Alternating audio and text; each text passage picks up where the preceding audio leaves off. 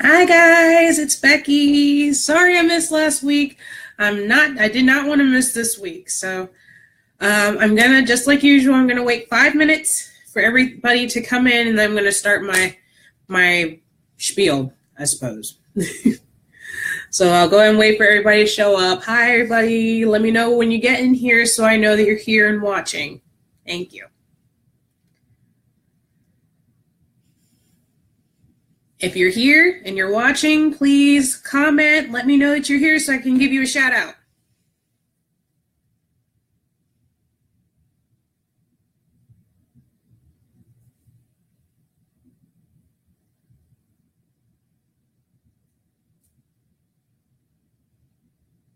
If you're here and watching, comment, say hi so I can give you a shout out.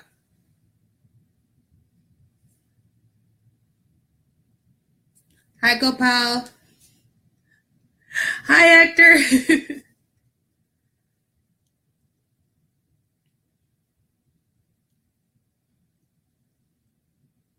Hi, Tamay, Michael, and John. Hello. Hi, Renee. I'm going to give everybody 5 minutes before I start my spiel. So I want to go ahead and let everybody get in here first. If you're here and watching, say hi. Say hi so I can know that you're watching.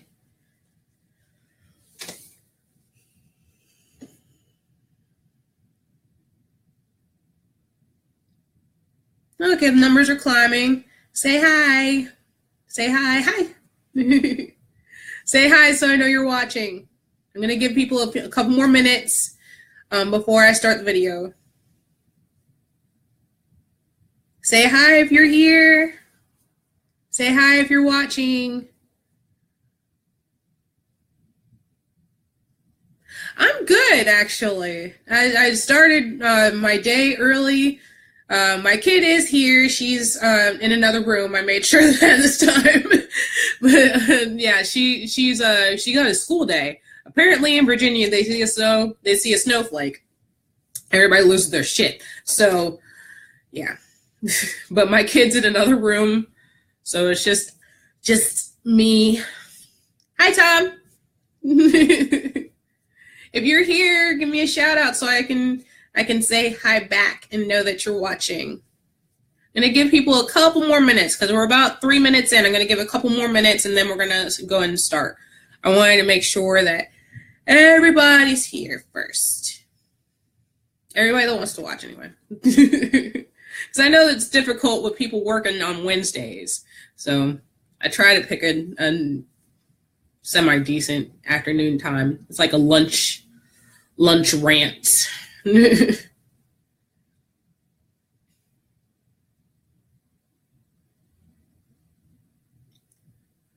else is watching? Who else is watching? Say hi. Let me know you're here.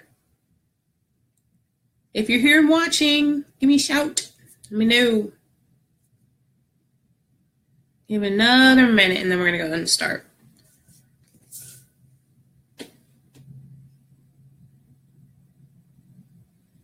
Oh, hi, Rob. Hi, Zotar and Sunday. Hello. Little RP people. Hello. Hi. Hi, Stevie. Hi.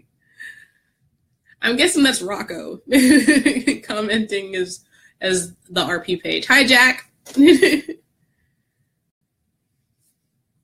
Yes, please share. Invite your friends. This is not a political party specific thing. So please share, invite people to watch because a lot of people want to talk about this crap but don't really want to. So that's fine. I'll do it.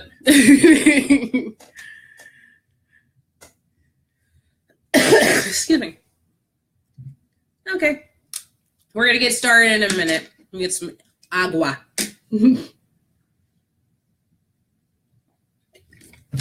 Still got a hint of bronchi in my throat.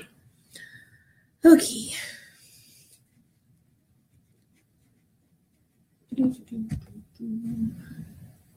Okay. All right, we're about 5 minutes in, so I'll go ahead and start. So the video that I'm doing is basically about how our brains have literally changed because of the constant stress, not only from social media, but from pressure from friends and family regarding politics. I mean, most people that I know won't even engage in a political conversation because it just causes too much stress, because you don't know where the other person's belief systems are at. And the problem with that is we aren't able to have healthy discussions. We aren't able to talk about things that could actually open the door for us to learn more about what goes on within our local, state, and federal governments. It's also is putting us in a more anxiety-filled state. So when if anybody will tell you that stress is going to harm your body, and that's definitely true, especially in the case of people like me with chronic health conditions, you exacerbate it. It gets worse because you're piling more and more stress that your body has to go through on top of keeping you stable. So the politics can be a great way to bridge a gap between groups of people, but it can also damper what can be a productive conversation or a generally pleasant conversation. Hi, Bev. Hi, Rocco. I see you. So I wanted to, I guess, talk about politics in a way that really talks about my experience in becoming a independent in a way that translates to how some people, especially within the real progressives, may be feeling. So at least when I started, I guess, being politically sound, I was a Democrat. And I started that because of course, my family, all Democrats. And I was told that that's the way to go because Republicans and all that, they don't really have our best interest in mind. And I didn't really understand it. And of course, they teach you about the different parties in school, but that's like the Pythagorean theorem. I'm not going to learn that way. So when we all start out being in politics, we know that it's the red versus blue. And it's the fight basically of least resistance as far as, you know where you belong. You know you're either on the red side or on the blue side in that case. So you don't have to really think about anything else. And what the problem with that is that it becomes like a culture of deliberate apathy. So when something happens in the party that you're in, it's like you see something wrong, but you're like, it's okay. That's cognitive dissonance. People talk about cognitive dissonance a lot because it can damage your mind and actually repress memories to the point where you don't even see it happening. It's there happening in front of you. And people use this, that term a lot to talk about post-traumatic slave syndrome. If you don't know about that, Dr. Joy DeGruy, she's amazing. Please look her up. But basically what Dr. Joy DeGruy talked about when she talked about post-traumatic slave syndrome, she said that the slave's wife and family, slave master's wife and family would be watching this and be like, well, I know my father or my husband is a good man. So this has got to be, I guess, for the greater good in a way. But the brain basically knows that what the slave or the field hand or whatever is doing, like whipping slaves, mistreating them, is what they're doing is wrong. But because we know them as good and it's basically going against our moral identity, our brain makes it work. And that's another thing that's happening with politics. We see this happening, like we see what Hillary Clinton's done. We see what Donald Trump has done. We see what all of these people in these different political parties has done. And because we want to believe in the party and our political identity so bad, our brain just says, okay, we'll make it work. And it makes it work. So we don't see what happens. We don't really invest a lot when it happens. And I can't tell you how many times that I've seen this happen in conversations with people. And I know that if I have independents in this chat right now, I know y'all have seen it. If you guys are watching right now and you've dealt with that, know that you're not alone. Because this is so, and again, my notes are over here, so excuse me. Yeah, basically it's yeah, we like the sexual assault conversations, like with Al Franken. I had to deal with people like really just it's okay. Just, you know, and we saw that especially with dude in Alabama. I forgot his name. And he was doing that, and we saw these videos where right-wing people would be like, well, you know, it's okay to be attracted to a 15-year-old. It's cool. You know, and we're just like, oh yeah, that's country people. No, that's cognitive dissonance. That's no. I'm a country person. I'm a Southern Belle. No, that is not country people. Okay, no. And the really when I like started getting to voting age 18, and I've always been in some way an intellectual, I started seeing rifts in what I was seeing. Like I didn't even want to like go vote, you know, when I did start voting. Like my first vote was for Obama, but I did not know what I was doing. And that was in 2006. And I started voting, and I didn't even pay attention to local and state voting. I just voted presidential because that's what my mother told me to do. And she said, we're going to get a black guy in office. Like, okay, cool, whatever, you know, get out of my hair. And that's exactly how I went. But the thought that was still in my mind was, is it really, what's really keeping me? What's really keeping me in that party? And really, that's a lot of stuff, you know, a lot of the energy that was felt in the last presidential election. And thank you, Ron. Thank you. No, that what happened in our last election was really, well, is this something that I need to really be afraid of? You know, is this, you know, what is the Democratic Party really protecting me from my fears, or what's keeping me in that party? You know, it's really, yeah, it's exploitation, and it's manipulation, it's gaslighting.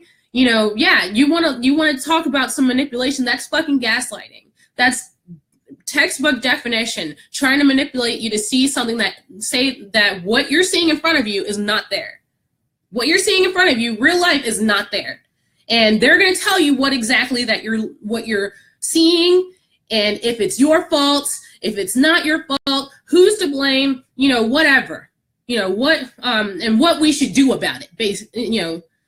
And it's in really, when you start to see a problem,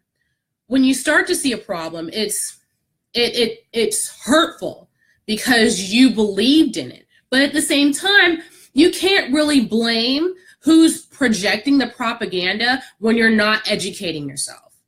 And that's why I wanted to do these videos, because a lot of people don't educate themselves because it just seems like too much work. And yeah, hell yeah it is. Because when you have to, when I finally said no more, what really got me was the fact that Guantanamo Bay was still open, the crap that happened in Libya, the fact that we're still identifying our federal economic system this way, even though it's wrong and no one else is changing it, even though they work within the frickin' Congress and they should know how to do their frickin' jobs, you know, it's gotten to the point where we have to educate ourselves. It's gotten to the point where they're going to keep spewing the crap. And until we make the deliberate decision to educate ourselves our brain is going to continue to stay on high alert, messing up our cardiac system, and really just putting our system off kilter, making us unstable, always in fight or flight. And that's how people are dying right now. They're dying because whatever's going on with them in their body is getting worse because of stress. We're working so freaking hard because we think that no one else has our back. You know, we have to have our backs anyway. I get that. But at the same time, if you're going to have your back in everything else, don't just take what is going on social media that you see in the timelines and trending and all that kind of stuff. Don't take that at face value. Educate yourself and tell your brain it's okay. That's not the enemy, or, you know, anything like that. So really a lot of times we react without having all the facts. We assume things, even as progressives. And I'm sorry, I hate to say that, and people are probably going to get pissed off of me, but I'm saying that. We assume that we have all the facts. And even when we talk about something like, exactly, Rita, our government is killing us, but it's more so our ignorance and deliberate ignorance and apathy is killing us. We have to be able to educate ourselves and be able to look and to become our own devil's advocate. Okay? So when, excuse me. It's there. You want to be able to acknowledge what the reason for it is. Like, there has to be a reason behind it. There has to be a reason why they're doing that. There has to be a reason why they're saying that, you know, trying to enable it. A lot of times, the first response is the best response. Your first response when you see something is the best response, you know, and, you know, the first thing that I realized when I joined, the point when you actually see something wrong is when you want to start separating. But then you come into another fold. So when I started becoming more independent and becoming more like, okay, I'm not going to, you know, go on the other side. I'm not going to watch MSNBC. I'm not going to watch CNN because they're crap. They're spewing shit, and I know it's shit, so I'm going to go somewhere else. The first thing I realized, independents are really mad. Independents are really mad. And I'm like, why so serious? What's going on? And a lot of times it's because we know things are fucked up. Like, listen to me. like you're like, oh my God, that's so, you're like, oh my God, it's so wrong, and I want somebody to listen to me, but nobody's listening to me. That's another thing that will fuck up your brain, is when no one is, you know, you're trying to get people to understand, no, stop believing that. Stop believing that. You're not putting the effort that you need to in, you're throwing eggs at the wall, but you're trying to make an omelet. The stove's over there, bruh.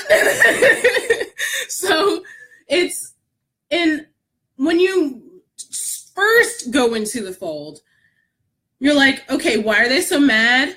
And they're trying, when they tell you, it's just like, why is that bad?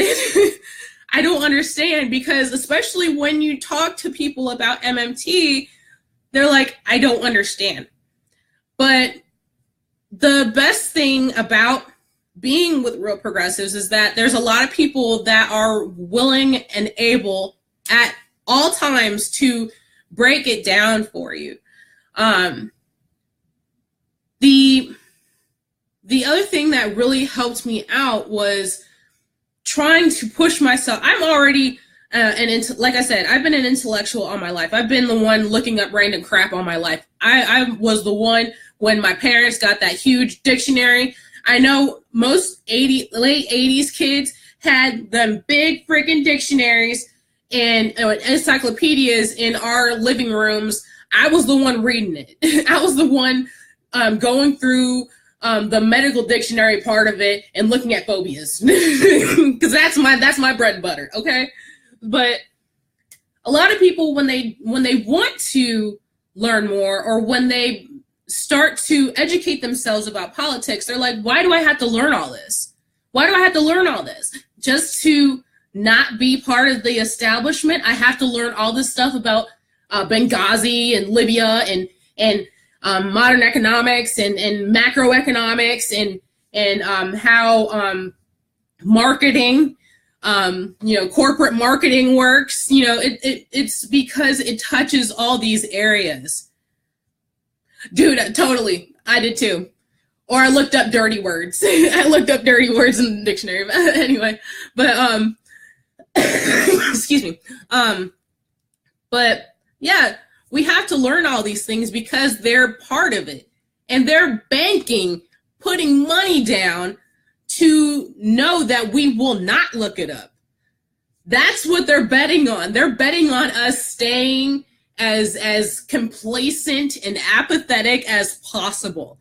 So when CNN, MSNBC, Fox News, Huffington Post, New York Times, all these motherfuckers, when they tell you that they're pushing you to listen to their side because they know that you aren't going to go look it up and go fact check and all that. And they're banking on it because they don't want you to. When you find out the truth, you're not going to be on their side. That's the main point of it. And when you start to educate yourself, you see, okay, this is fucked up. This is messed up. And, oh, wow, why doesn't everybody know this? Then you start to get angry. When you educate yourself enough about what happens in the past, and the thing that I learned about that pissed me off the most was was three things: Fred Hampton, the syphilis experiments in the 70s, and what else? Basically about how corporations market to us all the time. It's, and sometimes when you're talking to people, it's like talking to a wall. So that gets you angry and angrier. And you just want change. You want something to change because it's just bullshit all the time. And nothing is really, like, they're just, like, when you talk to people, they get really, like, nah, it's fine. Yeah, I know, they probably know. But they're not really invested in it. And unfortunately, that like I said, it makes people mad. And you're not willing to really empathize or understand other points of view. And really, when we're talking to people and when we're going through this big, vast sea of, learning about politics and understanding modern monetary theory and federal economics and all these things, we have to understand that we came across people for a reason, and we came across these facts and our learning base for a reason. We found Steve for a reason. We found Dr. Joe for a reason. We found Joy for a reason. We found all these people, even people like Lee Camp. And that recently made me mad because he just is being just a complacent motherfucker about MMT. But anyway, pardon me. And same thing with RT in general and Democracy Now! And all of them. I still want to watch them because when I started my independent journey, that's who I went to. But it makes me upset when they don't really project the facts and they're just talking what people want to know or what they think they want to know. But they're giving a slice of it, but they're giving a slice of the independent media, but they're not giving all of it. And that's what upsets me for sure. Thank you, Jack. But anyway, when we're talking about, interacting with people, it's important to interact with others, even though it may be a pain in the ass. It's important because we are social creatures. And true, when you become an independent or, true, Rob. when we become independent, we know that people won't agree with us. And when we get into political conversations, we realize that people won't agree with us. And that's okay for them not to agree with us because they have their own points of view. That's fine, but you're wrong. That's the point. That's what happens. You're just like, yeah, you can have your point, but you're wrong. But you're wrong, though. And you want to act that way, but you can't. You have to show empathy, and you have to really address the argument in a way that will bring people, at least let them leave the conversation in a positive manner. Exactly. And every issue has its roots in economics. But when they don't understand economics, and when let's say you're just talking to somebody who flips burgers at McDonald's, and that may be one of the most basic and most jacked up examples, because everybody uses that when you talk about poor people. But when you're talking about the layman, most of them don't understand economics at the base level. And that's like, at the micro level, literally. And when you're at the very least, you have to be able to break it down and understand that you have to change it sort of to blend with your audience. And so if you're talking to a friend or a family member, just remember why you associate with them, and that will kind of help with bridging that gap. And they have a point of view just like you. They have a point of view just like you. And yeah, exactly, Michael, exactly. When they see people that have it all together because they may not have it together, or when they see people with nice clothes, nice jewelry, nice cars, nice life, they must know what's going on. Like a lot of people want Oprah to be president. Cool, fine. What's her platform? Do you know? Because I don't. Because when she voted for Hillary. When an independent went on her show, she laughed her off the stage. So I don't know what you're really expecting from her. But yeah, you have to understand that they have a point of view, and it's framed by what they went through and what they believe.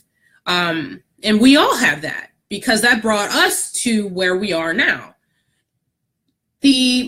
When something does upset you, like you scroll down in your, news feed, go on Twitter, whatever, and you see something that triggers you, you can't misdirect your frustrations. Like, let's say there's a right-wing nut talking crap or a neoliberal nut talking crap. You can't misdirect your frustrations. And really, at the end of the day, if they're not going to be anything further in your life than that moment, let them alone. You have to be an adult about it, especially if you are an adult, number one. But if you're going into the world of politics, you got to grow up. You can't act like you can just troll or attack the trolls, because guess what? Trolls beget trolls, bitch. Okay? Trolls beget trolls. You can't do nothing about them. Haters will be haters, and guess what? I don't care. You can hate on me. That tells me that I'm doing something right. Okay? Excuse me. And the other part of that is everybody has their point everybody has their breaking point. And their breaking point may not be the same as your breaking point, if that makes any sense. You can't push somebody into their breaking point. If you push somebody into their breaking point, they might break, and it might not be in the way that you want. So if they say something wrong and they say something incorrect, you can leave a link. You can offer, you can say, well, I don't agree with your point of view, but I'm not going to go into it unless you actually want to know further. I know, you can just sow the seed. And if they want more information, they'll come and find you. That kind of thing. You don't have to be all up on their face and berating them for not knowing. Deliberate ignorance is different than just not knowing, which that's the basic definition of ignorance. So when we deal with people that might not know what's going on, the worst thing we can do is tell them that they are, that there's some sort of monster or idiot or something like that, when they really are in the same boat that, in a way, that we were. And there's a lot of people bridging gaps, like, a Democrat talking to a Republican, and they realize they're in the same boat they're in the boat for the same reason.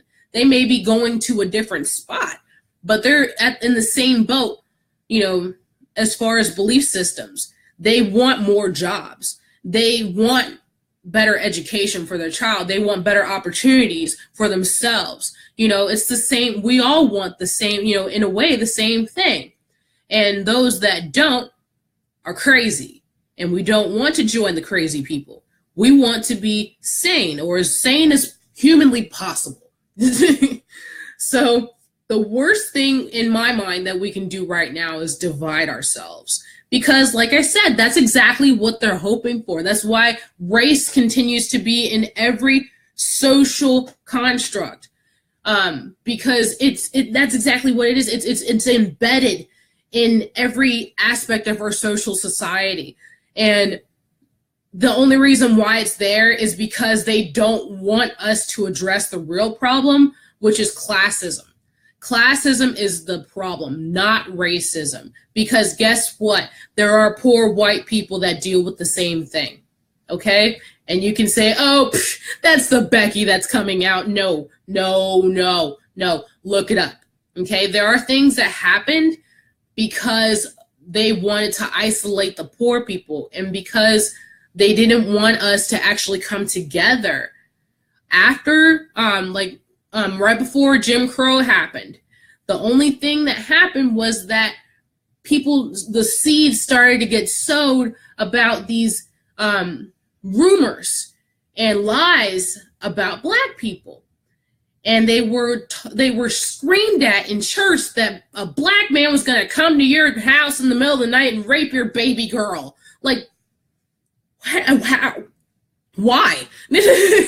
And then there's that cognitive dissonance again when you see something going on with a Black person, but you know that your kind isn't all terrible, but at the same time, at the root of it, if there wasn't a intention to keep poor people down, racism wouldn't be a thing. I'm just saying. Racism wouldn't be a thing if there wasn't a reason to keep the layman looking over here. They needed something to make us look over here, and there was already the stuff from the Civil War. They just picked up on it. They just swept up the crumbs and said, okay, let's go. And that's exactly how we're still dealing with stuff, and we're having to pay attention to it because it's still in our face, but you don't have to look at it. Now, some part of it is people that deliberately want harm brought to other people, or deliberately want this message push, which is something that's completely against what everybody else wants. That's completely, that's a thing. But the political party that you're angry about is not your enemy. It's not. So you need to isolate, what am I really upset about? What am I really upset about when I hear Donald Trump talking? What am I really upset about when I see people in his cabinet acting like dumbasses? What am I really mad about? And then research what you're really mad about. And then we can really move on and have a really constructive conversation in politics.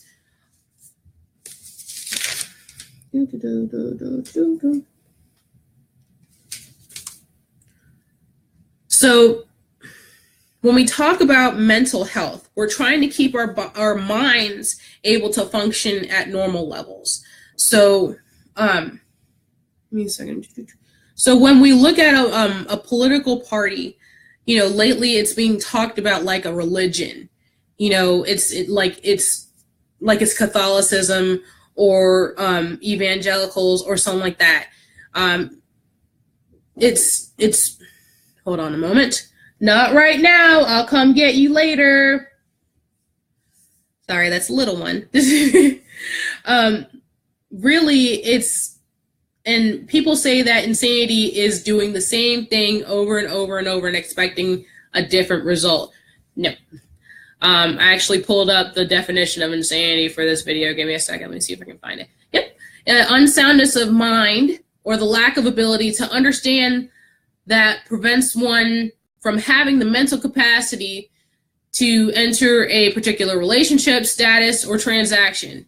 And that's actually what releases somebody from criminal or civil responsibility. So it's, and there's one here saying a severely disordered state of the mind, usually occurring as a result of a specific disorder, or extreme folly or unreasonableness. So when you want when you want to actually say, oh, you're insane, or you want to say that somebody else is insane, if you're being unreasonable, that's insanity. You have to be able to, like I said, you have to be able to play devil's advocate for a moment and see, and that's actually critical thinking. You may say it's devil's advocate, but it's actually called critical thinking, to be able to see your opponent's side and be able to say, what they actually feel. And if you're not able to do that, you're not a critical thinker, and you can't really be seen as stable-minded, at least to me, and at least to many people that are, around, and your peers. So if you're wanting to stay stable in a conversation, you have to be able to see the other side. That's just the end of it. And we want to be able to bridge these gaps. That's the only way to do it. We can't keep acting like, oh yeah, the neo-libs and conservatives are our enemies. No, you can't say that, and for a conservative, you can't say that the liberals are your enemy, because you don't understand where they're coming from. You can't identify someone as your enemy that holds a belief system, because you don't really understand it, apparently,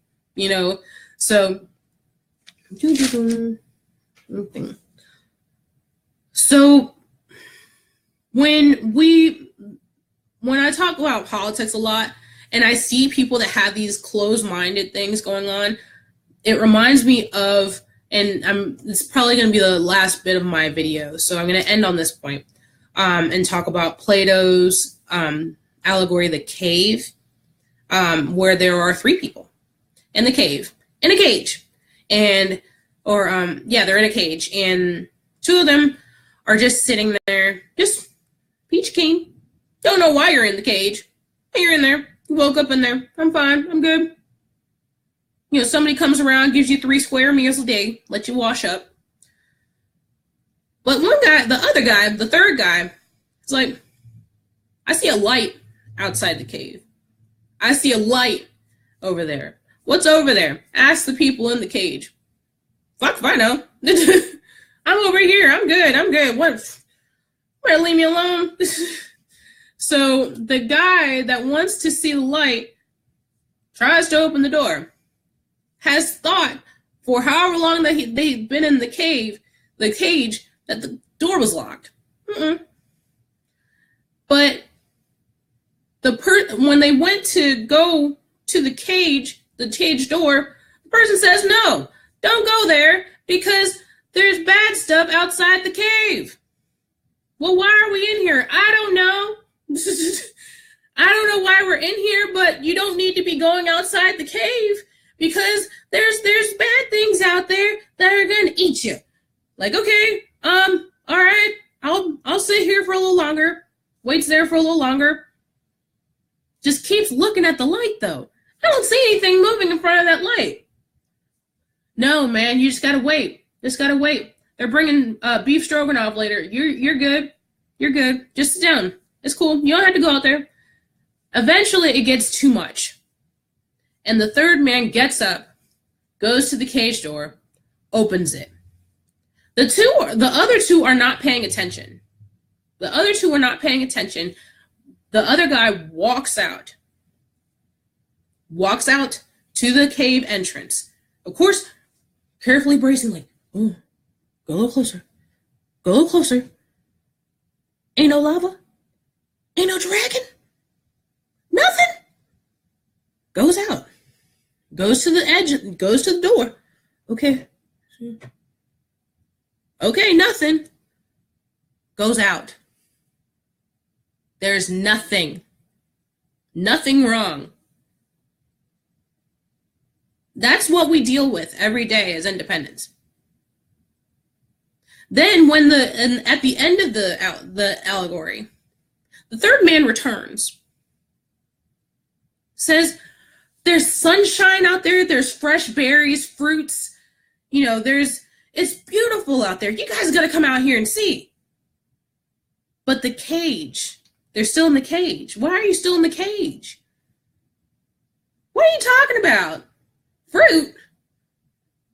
They'll bring a peach cobbler later, I'm good. And stays right where they're at. And to the point where they even call the man crazy. That's what we have to deal with. And really, when you have to understand where you were when you started as an independent. You were in the cage too. They're needing to get out. You want to help them get out. You can't berate them. You can't get in arguments with them. If they're not ready to go into the fold of going against the system, oh well. You can't project your anger onto people because they're not the ones that you're really mad at. You may be disappointed in them. You may be wanting them to go elsewhere. And this can really be translated to any political party. That's why I am actually invited multiple people that are actually Democrats and conservatives. I invited multiple of my friends because this can really translate into any conversation with any political party. So if you are a Democrat or a Republican and you're watching this, don't isolate people just because you think that they are going to think a certain way. If you want to have a genuine conversation with growth, then you have to be able to listen to the other side's point of view. That's just the end of it. And really, the story that we have here of trying to bridge the gap of political disagreement, it's not over. It's not over by a long shot. We all have the choice to either fight or flight, or to stand and listen. So that fight is still going on, and the story is not over. So what is your input? How are you going to make sure that this story has a happy ending? That's it for me. And Jeff is going to be on tonight. I think his topic is the Canadian healthcare system. So please, Jeff is a boss in live streaming, so do not miss that.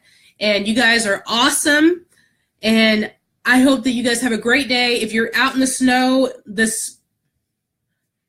because in Virginia, snow doesn't stick for shit. So anyway, if you guys are out, please be careful. Still icy and cold out.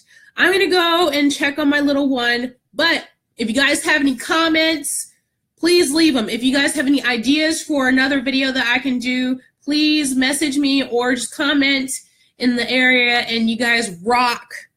So all my hooligans and miscreants, you guys have a wonderful rest of your day. I love you much. Mwah. Bye.